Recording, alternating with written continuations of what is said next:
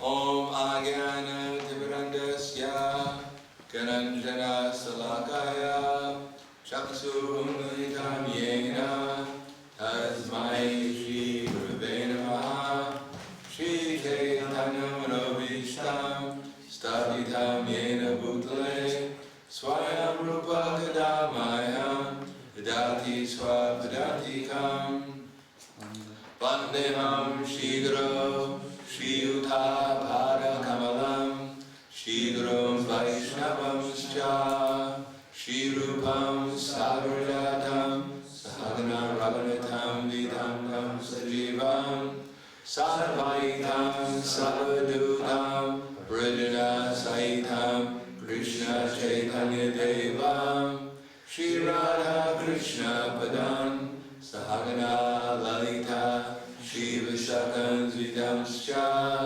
Hey Krishna Karuna Sindhu Dinabandha Jagatpate Gopesha Gopika Kanta Radha Kanta Namostute Tapta Kanchana Gaurangi Radhe Vrindavaneshwari Vrishabhanu Sudadevi Pranamami Hripriye Panchakalpa Trubhyascha Kripa Sindhurevacha Padikana Bhavanebhyo Vaishnavebhyo Namo Namaha Shri Krishna Chaitanya Pranityananda Shri Advaita Shivasari Gaur Bhakta-vrinda Hare Krishna Krishna Krishna Hare Hare Hare Rama Rama Rama Hare Hare Om Namo Bhagavate Vasudevaya Om Namo Bhagavate Vasudevaya Om Namo Bhagavate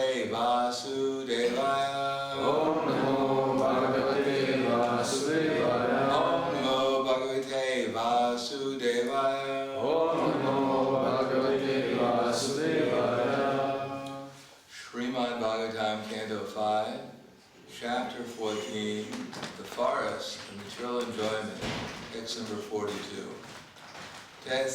Tasyedam upagayanti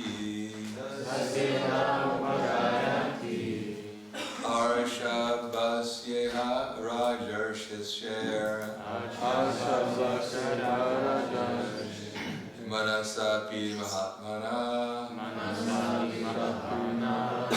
Nanuvar Marhati Ripo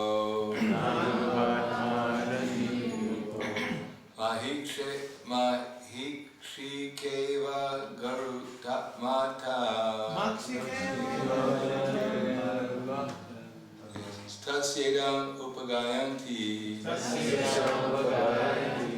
Arshabhasyeha rajarsher Manasapi Mahatmanaha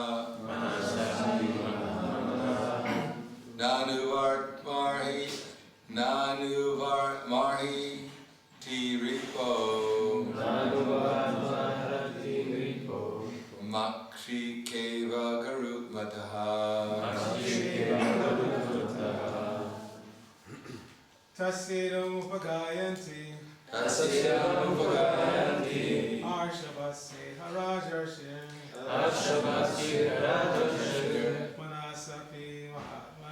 Manasapi Mahatmana Nanuvartmarhati Ripo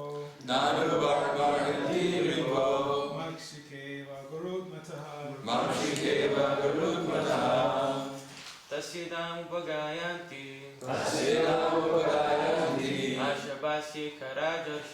Arshabhasyeha rajarshir Manasapi Mahatmana Nanuvartmarhati Ripo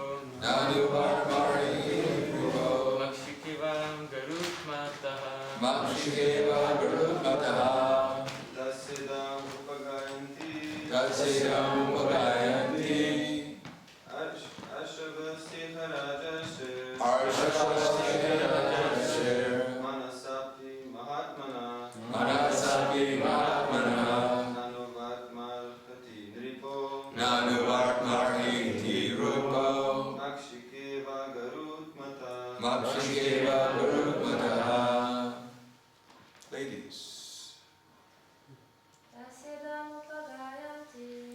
upagayanti Arshavasya Rajaksher Manasapi Mahatmana Nanuvarmariti Ripo Makshikeva Garudmataha Tasya Abjad Bharat Idam, this glorification, Upagayanti, they sing, Arshavasya, the son of Rishabdev, Iha,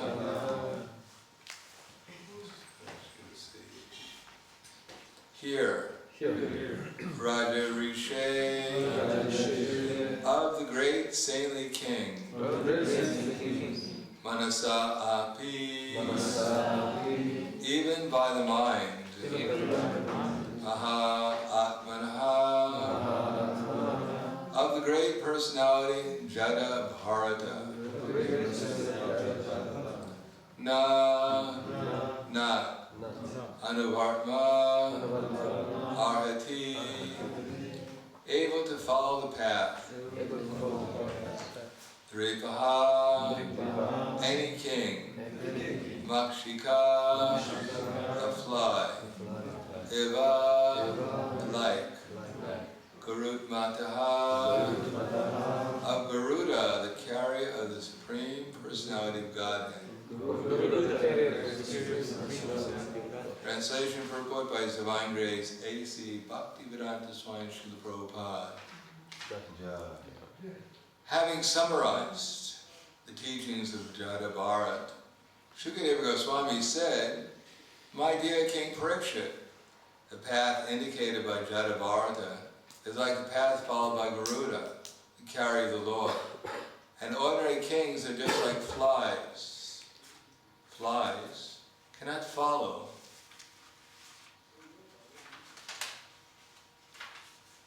the path of Garuda. And to date, none of the great kings and victorious leaders could follow this path of devotional service, not even mentally. Purport.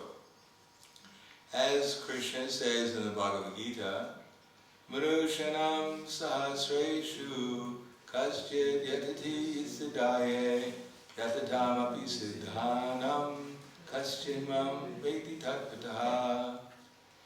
Out of many thousands among men, one may endeavor for perfection. And of those who have achieved perfection, hardly one knows me in truth. The path of devotional service is very difficult, even for great kings who have conquered many enemies. Although these kings were victorious on the battlefield, they could not conquer the bodily conception. There are many big leaders, yogis, swamis, and so-called incarnations who are very much addicted to mental speculation and who advertise themselves as perfect personalities. But they are not ultimately successful. The path of devotional service is undoubtedly very difficult to follow, but it becomes very easy if the candidate actually wants to follow the path of the Mahajan. In this age, there is a path of Sri Chaitanya Mahaprabhu who appeared to deliver all fallen souls. The path is also simple and easy, that everyone can take it to it by chanting the holy name of the Lord. Hare Nama, Hare Nama, Hare Nama Iva Kevala, Kala Nasteva, Nasteva, Nasteva, Gantya Anyata. We're very satisfied that this path is being opened by this Krishna consciousness movement because so many Europeans and American boys and girls are taking this philosophy seriously and gradually attaining perfection. So the text again. Tasyedam upagayanti arshabhasya rajarsher manasapi mahatmana nanuvartmarhiti ripo Makshikeva Garutmataha. Having summarized the teachings of Jadabharat, Shukadeva Goswami said, "My dear King Parikshit, the path indicated by Jadabharat is like the path followed by Garuda, carrier of the Lord. And ordinary kings are just like flies. Flies cannot follow the path of Garuda, and to date none of the great kings and victorious leaders could follow this path of devotional service, not even mentally." Namo Vishnu Varaya Krishna Prastaya Bhutale Srimate Bhaktivedanta Swami Namane Namaste Saraswatam Deve Kauravani Pracharane Nirvishesha Shunyavadi Paschatya. So here we find contrast, as usual. Path to devotional service, Prabhupada mentions, is very difficult. And then he says it's very easy and simple. So which is it? Is it difficult or is it easy or simple? Well, Prabhupada said it's both. As Prabhupada said, it's simple for the simple and very complicated for the crooked. And what's the turning point between being simple and being complicated? Does anyone know? The commentary says this, he actually wants to follow the footsteps of Mahajans. Yes, that's what it says in the verse. The point is, if we think we're Krishna's servants, then it's very simple. And if we don't think we're Krishna's servants, then it's very, very difficult. Therefore, Krishna begins Bhagavad Gita by telling us, trying to shake us a little bit, because normally we think we're this body, and or the mind. And if we don't think we're the mind, then we think we're some conception of life, that we have some special insight into reality that no one else has. And therefore we form movements where we're the head of it, because we actually can see. Everyone else is blind. When we're on the mental platform, we want to associate with people who make us feel good. And when we're on the sensual platform, we just need something to eat and a place to sleep. And everything else is cherry on the top of the cake. So this is called false ego. In other words, what makes everything difficult is our false ego. And what makes everything simple is spiritual intelligence. Spiritual intelligence, in other words, that this is my self-interest to follow what Krishna says. If we don't have that much intelligence, then everything becomes very difficult. Because then our mind and senses will take up the space between our conviction to serve Krishna and what we don't know what to do. So our mind and senses will engage us. Or as Prabhupada writes in the verse, Indriyani manobuddhira asidishtadam uchate aitara vimoha yatyekam yanamaritidehina. The senses, the mind, the intelligence are the sitting places of lust, which veils the real knowledge of living entity and bewilders it. And Prabhupada writes in the purport that everything begins with lusty intelligence. Induces it, we have to find out where these sitting places of lust are so we know how to conquer them. If we don't know where the sitting places are, then how can we conquer lust? Because most people really don't want to conquer lust because they want to serve lust. Why would you want to conquer something you're trying to serve? They believe, as Krishna says, that the end of life, the primary necessity of human form of life, is to satisfy desire. Desires of the senses that can be somewhat easily satisfied. The desires of the mind are very, very difficult to satisfy because there's no limit to how much you have to satisfy them. The more you satisfy the desires of the mind, then the more desires arise to satisfy the mind. There's only so much we can eat before we get sick, or before it doesn't go down anymore, there's no space. As far as sleeping, there's only 24 hours a day we can sleep. No one has ever been able to sleep 25 hours in a day. So there's a limit.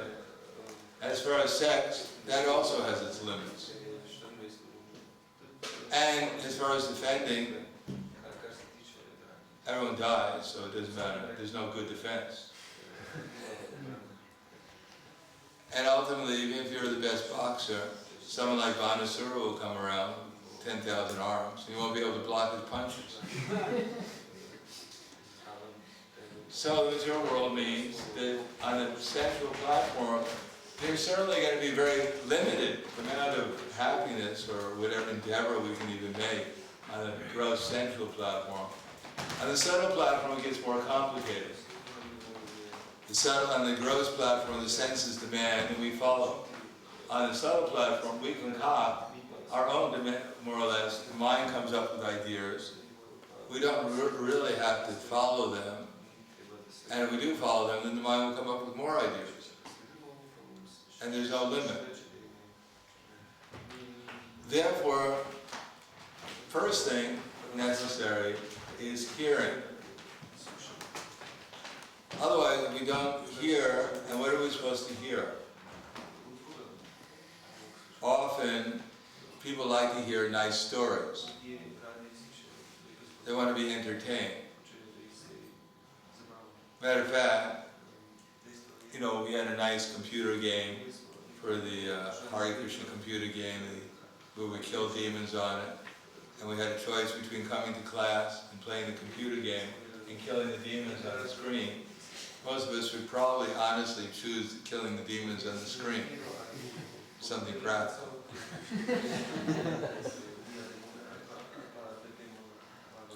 But actually hearing is the greatest austerity. Why? Why is hearing such a great austerity? Because by hearing, we have to conquer the mind. Lord Brahma, the most pious person in the whole universe, which means, according to the Bhagavatam, he must have executed pious activities, perfectly followed the Varna and Ashram system for 100 births in order to become qualified to get the post of Brahma. But when he woke up one day, and he couldn't see anything because all the lights were out. Matter of fact, the lights were out because there were no lights. He didn't know what was going on. And he looked around, couldn't figure it out. He climbed down the lotus stem, couldn't see anything, and he heard Papa. So he went back, and he sat there for a long, long, long time. And what was he trying to do? Just control his mind. I'm here all alone, it's cold, nothing to eat. Mommy, where's Mommy? So it took him a long time to calm his mind down. And finally, when he calmed his mind down, and he meditated upon tapa, actually tapa means to heat up. And he got into the fire, eventually devotional service, then he was able to remember Krishna. And then as his meditation on Krishna became deeper, all the realizations started to come to him. He realized, according to the particular Brahma, one Brahma, he realized that he was the eternal maidservant of Krishna. So that's the austerity, actually learning how to hear. And not just hear anything. People are very expert at hearing all kinds of things. But hearing about Krishna in such a way is that we actually are able to accept it. Of course, we have to show Krishna we accept it, because it says lusty intelligence influences the first thing is that we hear about the glories of sense gratification. Sense gratification includes the mind. How happy people are to be material existence. If you're going to sell something, we can go down the street here and look at all the billboards. You don't see old, crippled, morose people buy this new car and you have an old crippled morose person driving the car. Now people think, well, I think I'll get a bicycle. No, they show happy, young, vibrant people, ecstatic, driving this car. And why do they become happy and ecstatic? Because they're in that car. It's the magic mystery to them. By getting into that car, suddenly the spiritual world opened up. And indeed, everything is sold on that basis, on how enthusiastic people are. If you go on internet and you want to buy something, they always have comments. People are making their comments. Generally, the people who are selling things want nice reviews. They don't.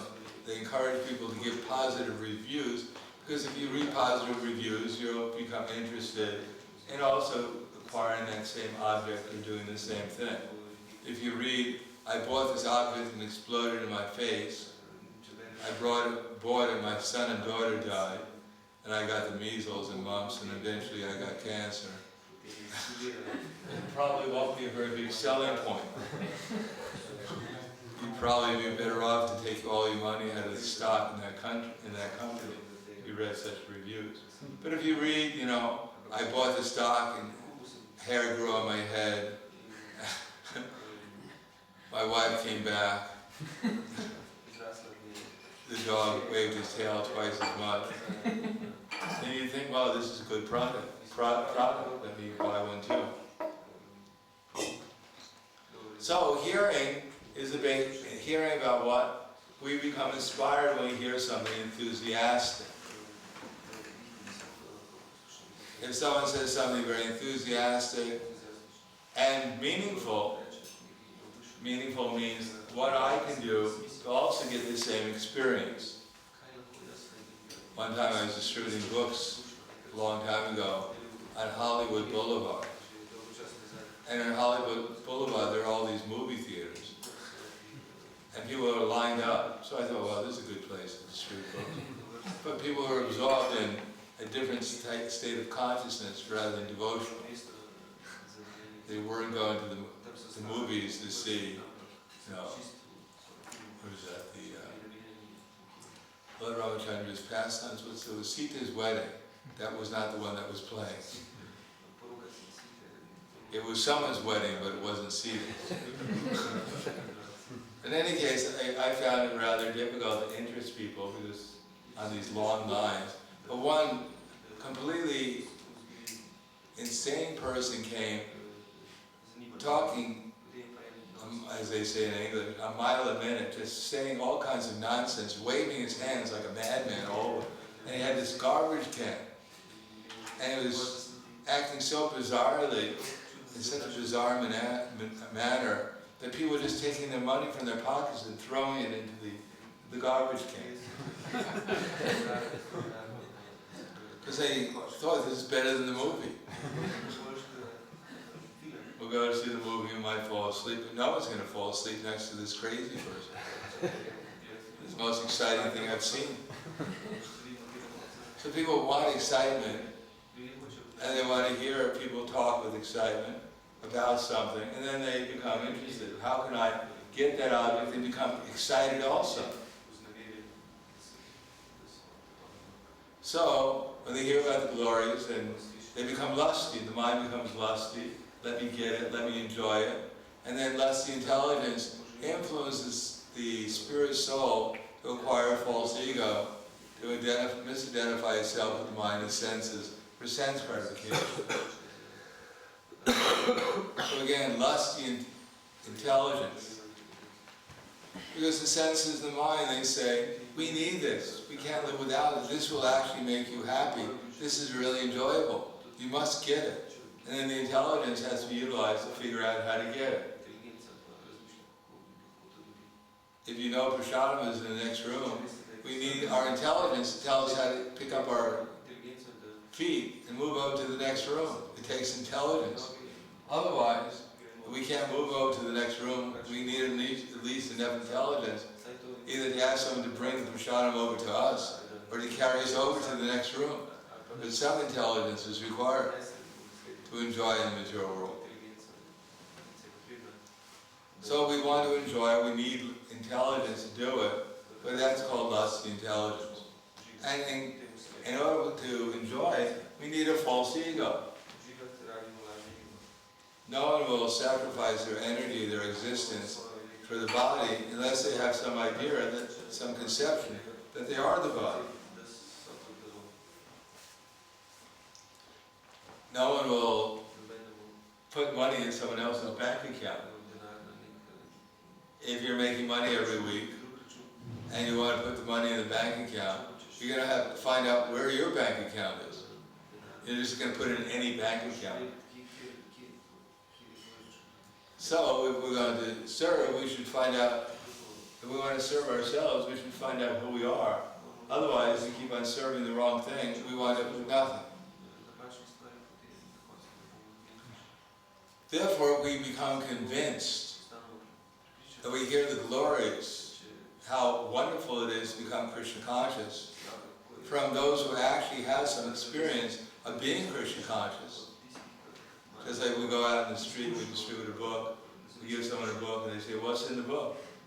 They go, "No, I don't know, I never read the book." They told me I was supposed to be out there distributing them. We're not supposed to read them. But you're supposed to read it, and you're supposed to buy the book, and if you read it, you can come back and tell me what's in the book. I really appreciate that. Besides that, we need your money, because we have to offer all, whatever money we get back to the big leader. And he gives it to the deities, and then we're able to eat. So, you should get this book. I'm hungry.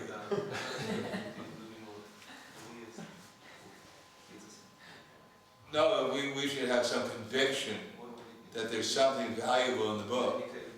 There's something worthy of people's, and for them to sacrifice their energy to buy the book and to read the book. Otherwise, people will not be very interested.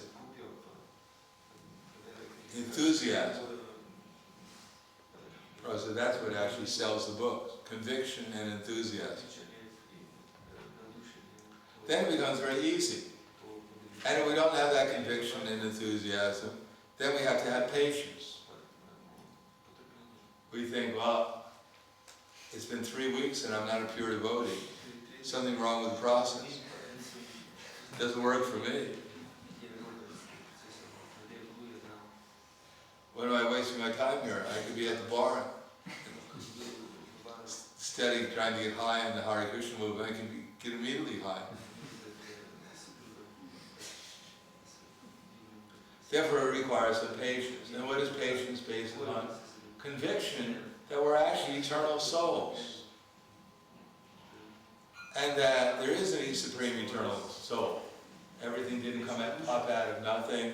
Everything is not uncontrolled. There's a logic, reason behind the material nature. There's karma. There's time. There's so many things that should be obvious to a person whose intelligence has not been carried away by the illusory energy.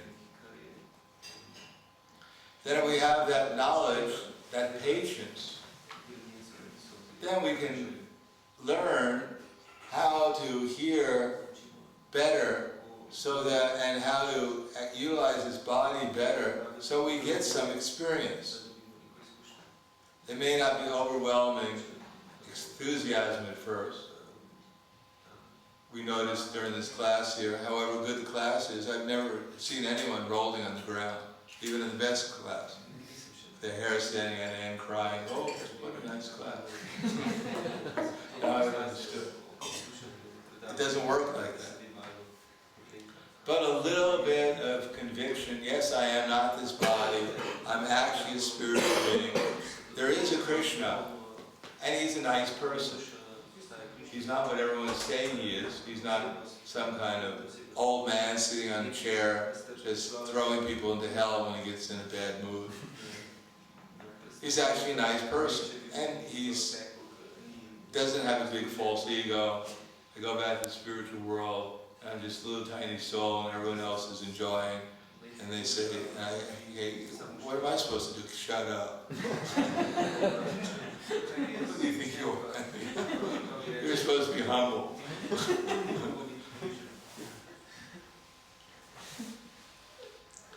Look, kid, you fell down, We wouldn't, know your place.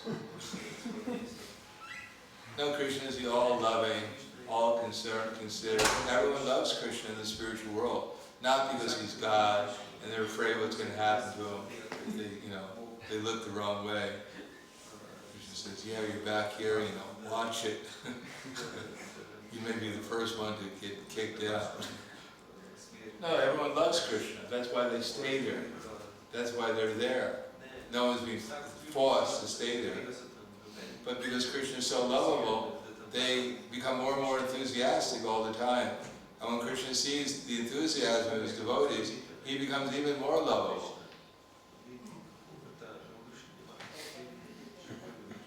Therefore, we patiently have to become convinced that we should do something for Krishna's mission. With the energies we have, sacrifice something that's called confidence, and then gradually the realizations will come, and then the enthusiasm will develop. If we try to jump to just be enthusiastic, that's nice, but without the background of confidence and patience, it won't last for very long. Just like sometimes we may go out, distribute books, we may do some nice service, we may sacrifice, we feel very good, enthusiastic, and then we become proud. Just see how nice my service is, who's going to recognize it? Anyone here taking a picture? Will my name be read out? Will everyone go Jai as soon as they hear my name? Ki Jai! It's all right.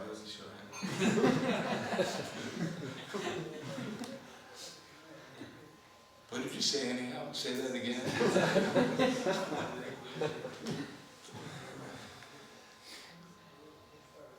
So we have to become convinced that actually I'm doing my service to please Krishna.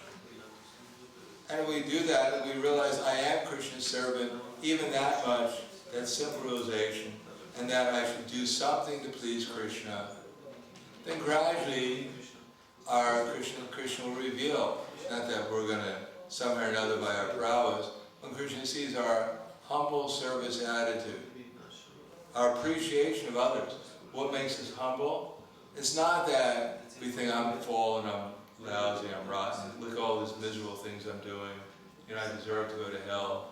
I'm so proud, I'm so humble. I see how humble I am. Krishna's not looking for that kind of humility, that we're just like thinking I'm rotten, fallen. No, that's a waste of time. Whereas they asked Prabhupada, Prabhupada, I'm the most fallen. Prabhupada said, if you're the most fallen, then why don't you do something about it? Prabhupada, I'm the most fallen. You're not the most anything. No, the real humility comes by appreciation when we see how wonderful everyone else is, how wonderful Krishna is, how wonderful Krishna's devotees are, then we'll feel ourselves insignificant. That's real humility. Not negative, it's positive. The real humility comes from appreciation of how wonderful everyone else is. And that's the reality, and that will be uncovered by Krishna when we patiently hear and then humbly serve. Then Krishna will reveal that to us. Then Krishna will actually reveal how nice everyone is.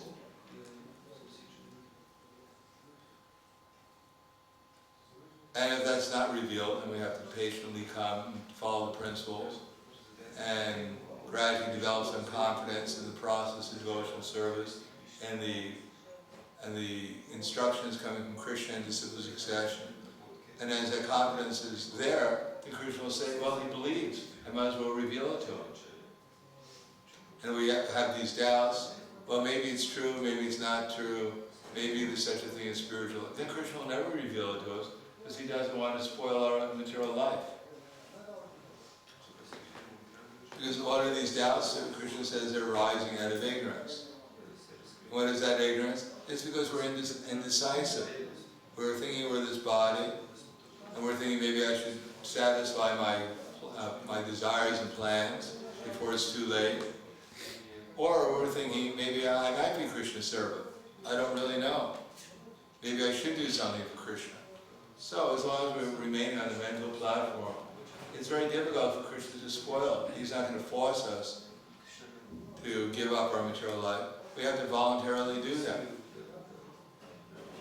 So our attitude of service means, at least let me set aside all my doubts. Let me try to utilize my spiritual intelligence, whatever I understood so far, apply that to the best of our ability, and expect Krishna's mercy. Ashabandha samudkanda. Expect Krishna's mercy, and then Krishna will be happy to give it to us. And we think, well, how can I expect Krishna's mercy? Maybe Krishna is not there. How can he give us mercy? How can he give me mercy if he's not even there? Or even if he is there, who's to say if he's merciful? So far he hasn't been very merciful. Why should I expect his mercy? Then I'll just be disappointed. So let me hold back, and when Krishna is in the right mood, he'll give me his mercy. No, we have to become first deserve, and then desire. So we want Krishna's mercy, then believe in it, and then do something to deserve it, and then Krishna will be happy to give it. So, I'll stop there, thank you. Any questions? Comments? Yes.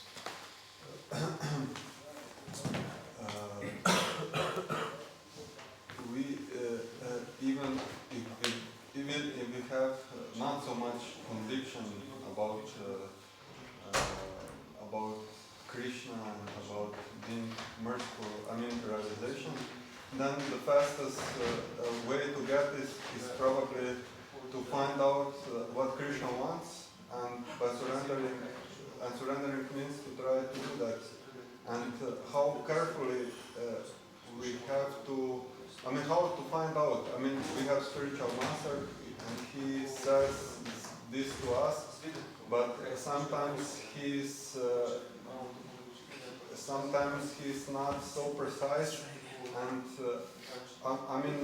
should we insist or be pushy about instructions from our spiritual masters and other temple president or other authorities in between, or how are we sure that we are on the right path and that we don't speculate and surrender to our concoctions?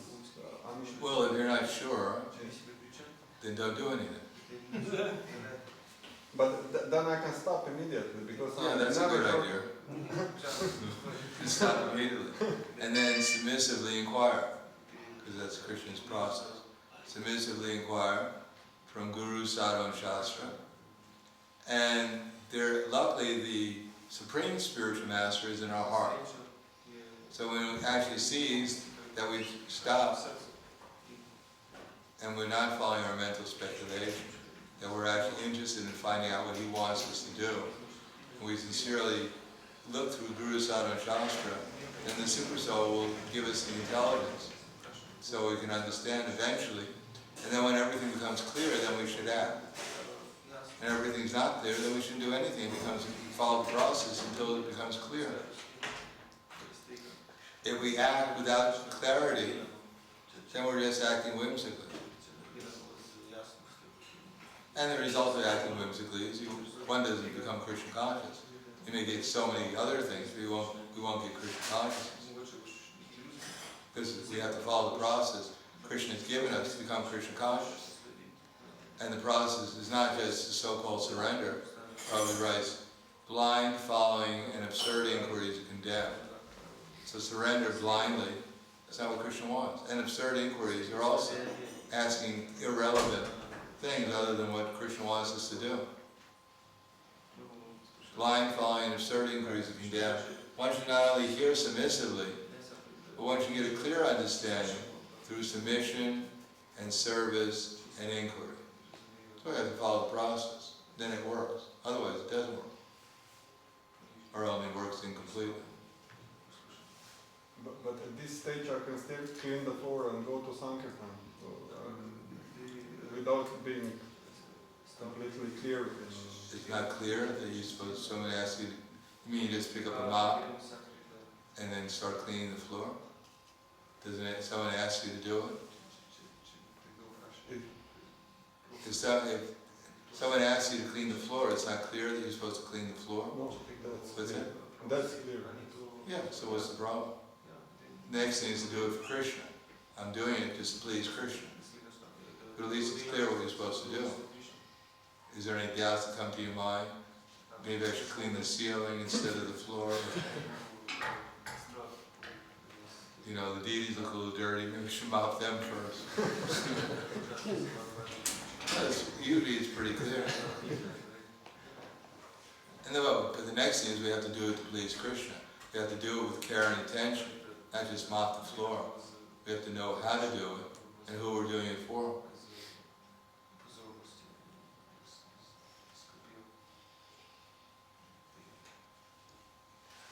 Anything else? Yes. We were speaking about Krishna's mercy. What is Krishna's mercy? Well, Krishna's mercy. Didn't hear. The question is, I was speaking about Krishna's mercy. What is Krishna's mercy? Krishna's mercy is Krishna.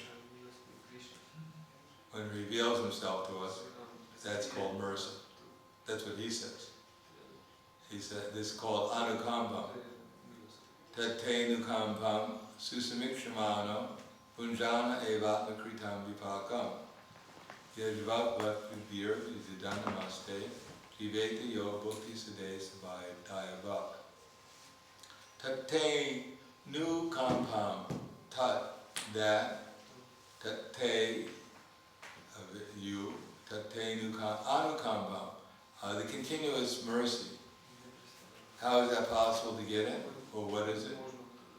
Su mikshamano. Su means nicely. Sama means equally. Iksha means to see. Mano means the mind. So when we can see everything in relation to Krishna, that's the beginning of Krishna's mercy. When we see everyone, everything in relation to Krishna, that means we're actually seeing properly.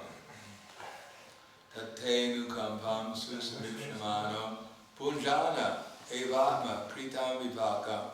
But I'm suffering. Does that mean Krishna wants me to suffer? He wants everyone here to suffer. I say everyone's suffering. Is that now I've seen Krishna's mercy, everyone's suffering, and Krishna is no. Punjana evatma kritam vipakam. We're suffering because of our own past misdeeds. What we've done in the past, we're getting the result now. So that's also Krishna's mercy, because then we can learn tolerance and we won't blame Krishna. So that's a further intelligence Krishna's giving us, if we want. And then, yet then, because we become tolerant, and we realize that Krishna is not the cause of our suffering, he's giving us good intelligence. Now I use that intelligence to continue on with my service to him. And because I continue on with my service to Krishna, in spite of all my different problems I'm facing materially, therefore, therefore, I'll inherit the kingdom of God. Krishna will reveal himself, his devotees will reveal themselves, and I'll be in the spiritual world again. So that's Krishna's mercy. He's giving us the intelligence to see things in relation to him. He's giving us the intelligence how to tolerate the problems of material existence. He's giving us the intelligence to continue on with our devotional service in spite of any problem. And then he's giving us the intelligence how to enjoy in the spiritual world with him and his associates.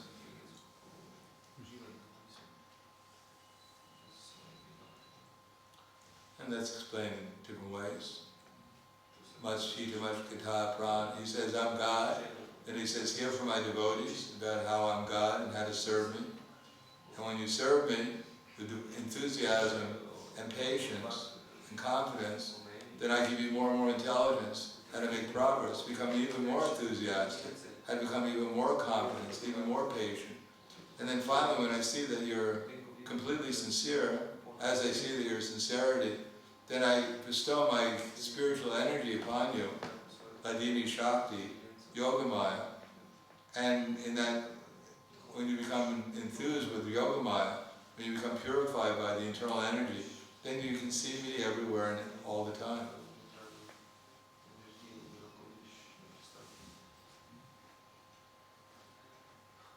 So, the most important mercy, Krishna says, that he's giving is the association of devotees, and learning the process by which he can actually get Krishna's full mercy.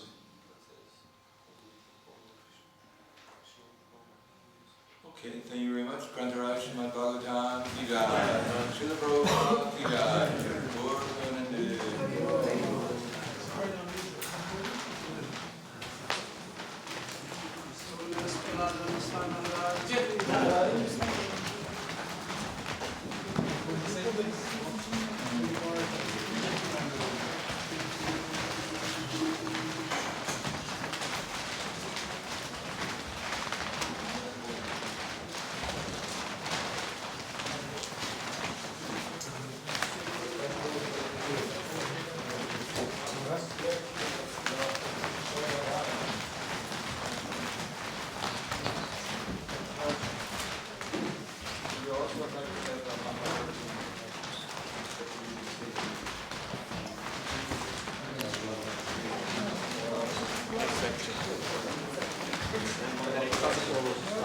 Hey, what are you doing? Taking all the mercy for yourself? You should sprinkle everybody. Very much. Understand?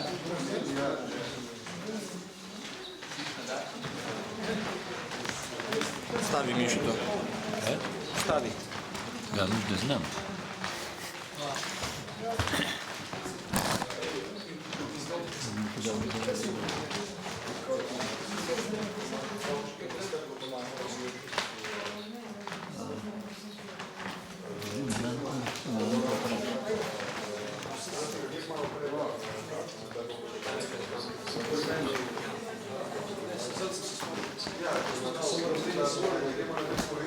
Zdaj pa na te ne vprašam, štuki bo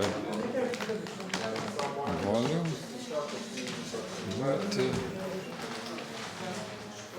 moje se tudi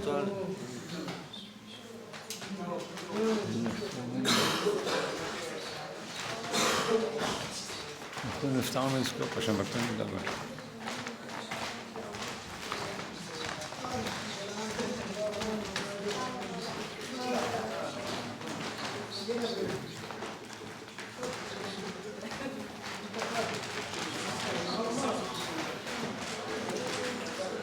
Da. Ja ni tako.